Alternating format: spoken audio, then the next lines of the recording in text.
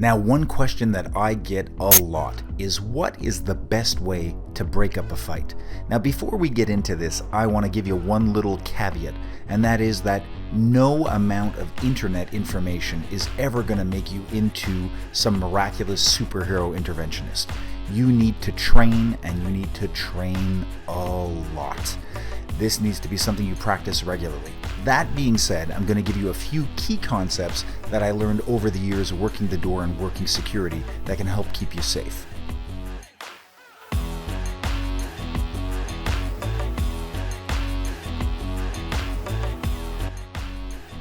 Now, the first thing we're going to look at is where you position yourself. People often reflexively approach a situation and place themselves smack dab in the center between two aggressors, oftentimes within easy arm's reach. That means at any point, either of those aggressors can attack you. Now, I've always found it's better to pick a side. And I don't mean pick a side strategically, I don't mean choose a side in the argument, but rather I mean physically position yourself closer to one of the two individuals. What that does is that it gives you a longer distance, a further reactionary threshold from one of the aggressors, and it helps you smother, encroach, and establish contact with the other. Generally, this is going to put the odds in your favor. The second tip is to try to avoid holding back or pushing back on a subject. Instead of holding them out stiffly with your arm, think instead of ramping, as if your arm is going to go off on an angle. So when somebody tries to push forward, you redirect them on an angle rather than try to push them backwards. This is going to take far less power, and it's going to help you avoid that massive mistake of standing in front of someone and giving your back.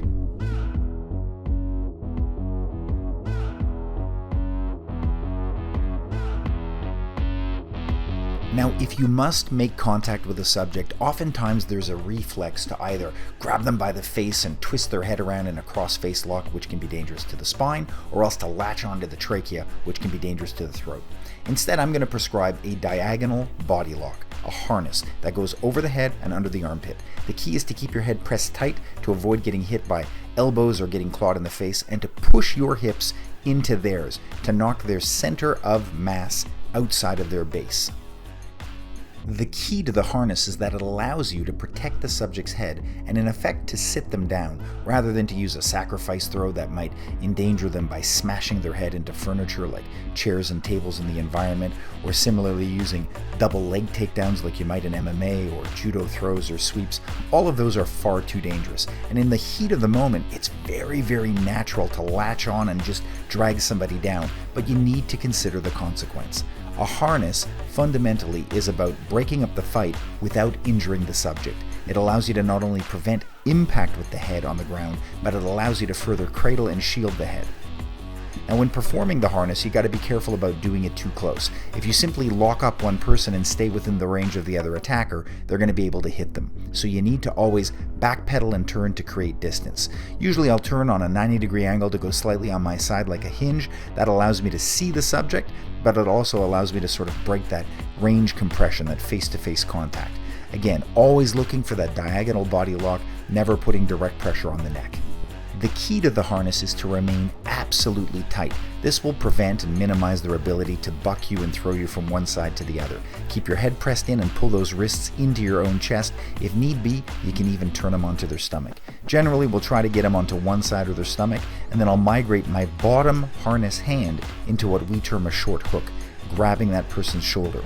I'll take my top hand, move it to the far side of the head, drive their head down to the ground, guiding their nose towards the floor, and then in effect, I like to scissor the head with one knee on either ear. Once again, that's a short hook with the underside arm, plunge the head down, guiding the nose to the floor, and then put a knee squeeze on that head. Usually I'll use my other hand to underhook their arm, bringing my own head safely to their back, and this will help torque their body away from their isolated head and keep them from getting into a table position to counter you. Another key component of this work is to make your opponent carry your weight. You'll see here Darren is posting on his elbow to try to get himself up. So what you can do from there is use your arm to either sweep that away, you can lean on it, and then you can put a forearm onto the back of the neck to really get a good crank and put all your mass into them. If the harness is proving difficult, you can also adapt by getting a half Nelson and arm overwrap. When we overwrap the arm, we're basically looking to punch that in between the subject's arm and their own back. The other hand simply provides a half Nelson on the neck, craning underneath the armpit. That allows you to crank that head to the side and down, and gives you a very good control of him to drive him down to the ground. Now there is a danger here on the half Nelson and overwrap that you could drive the person's face into a wall or into the ground, so you want to be a little bit cautious. The half Nelson is actually cranking the face down, but fundamentally it's lifting up the axes of their shoulders. Now getting the person to the ground is only part of the equation. From there, it's important we maintain control. The easiest way to do that is to wrap your legs around the subject, particularly in the case of a larger attacker. Here we see what happens if we fail to get both of our feet hooked into the subject. It's quite easy for a stronger opponent to continue to buck you off and to lift you entirely off the ground. In the case of somebody closer to your size, it might be enough to simply remain flat on them and to apply all of your weight, but again, you want to avoid resting your weight on your knees. You want to put all of your power through your sternum and make your opponent carry the full brunt of your weight. Now I want to include a bonus section here on vascular restraint. The idea of applying vascular restraint is something of a controversial issue in responsible power circles. Many people feel that chokeholds are too dangerous and should be considered a lethal force technique. I believe that all of these misconceptions are based on misinformation, miseducation, and misapplication. I've consistently used vascular restraint in real-world circumstances without injuring a person, and in the following section I just want to outline a few of the common mistakes people make that allow subjects to escape the majority of the lock and therefore require you to escalate force needlessly. So, if you were David and you wanted to get out, would you rather be leaning all the way towards my wrist side or all the way towards my bicep side? Which side is better? I want to go here. What do you think? No. To get out? No. The easiest way to remember it. My bicep is a pillow. You lay on it when you want to fall asleep. Right?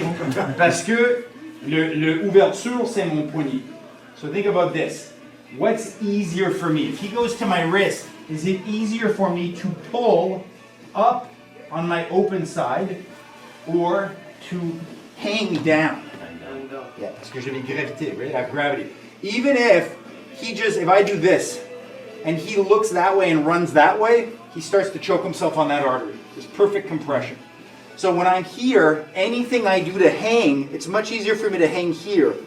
Whereas here, his weight is working against my hinge. So as a general rule, I want him this way. If I talk about my arm, what hurts more? Pushing with my bicep or pulling with my wrist and my fingers? What hurts him more? Pulling. Yeah. Cranking. Yeah. So this is not going to hurt so much. Hard to do a bicep face lock, but forearm and bone hurts, right? So again, towards the bicep, worse for him, better for me. So when I have my short hook, the temptation, everybody wants to pull down, but look, I don't have great adhesion, but I do have great lift, right? And so I always want to keep whatever I have here. I would go for a choke in this, or face, I guide it, and this can also migrate into half Nelsons, right, like this, and I can free my hand, I can work. So you always want to lift from the underhook. Does that make sense? It's always better. Sometimes you'll be here and he'll throw you that way, because that's where he wants to go. So go crazy, spin on your knees and go there, and you're here, right? And it feels like shit. Then when I get here, I start to choke, because he's falling on the pillow. But it's the strong side. So as I teach yourself as slowly as you need to, on lève avec le bras en dessous de ça. I lift. And because he wants to lift me by the pit, I want to sit on the pit. I want to sit down like that. So he starts to push me that way. Imagine, c'est la même chose préemptive. Right? Si on parle d'une technique préemptive, je veux bouger dans quel sens? Where do I want to move my face? Some direction.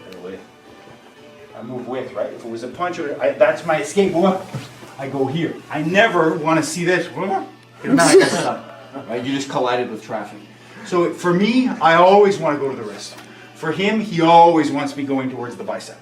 So he's lifting me up to try to stop me so I can't get out if he decides to put that choke on. Makes sense? That stops me. So I want to say, fuck, I want to sit on that armpit and try to get out that way. So you're both doing the opposite. Another key thing to remember about physical intervention is that things rarely work out the way you planned. You need to be ready to abandon one attempt and to intervene in another dynamic. So one very good drill is to practice harnessing and taking down a subject and then immediately abandoning to intervene with a second. Now, of course, in reality, that kind of a scenario would allow you to escalate your force level, but as a training drill, it is fantastic for teaching adaptability. And my final tip is to practice trapping and climbing up your partner's arms. Once you have a good grip on their arm, it's easier to drive your hips and your center in closer to their body, making it easier to acquire their back. That's it, guys. Those are my 9 intervention tips. I hope they were helpful to you. As always, I welcome your questions and your comments anytime. And until next time, I look forward to seeing you on the mat.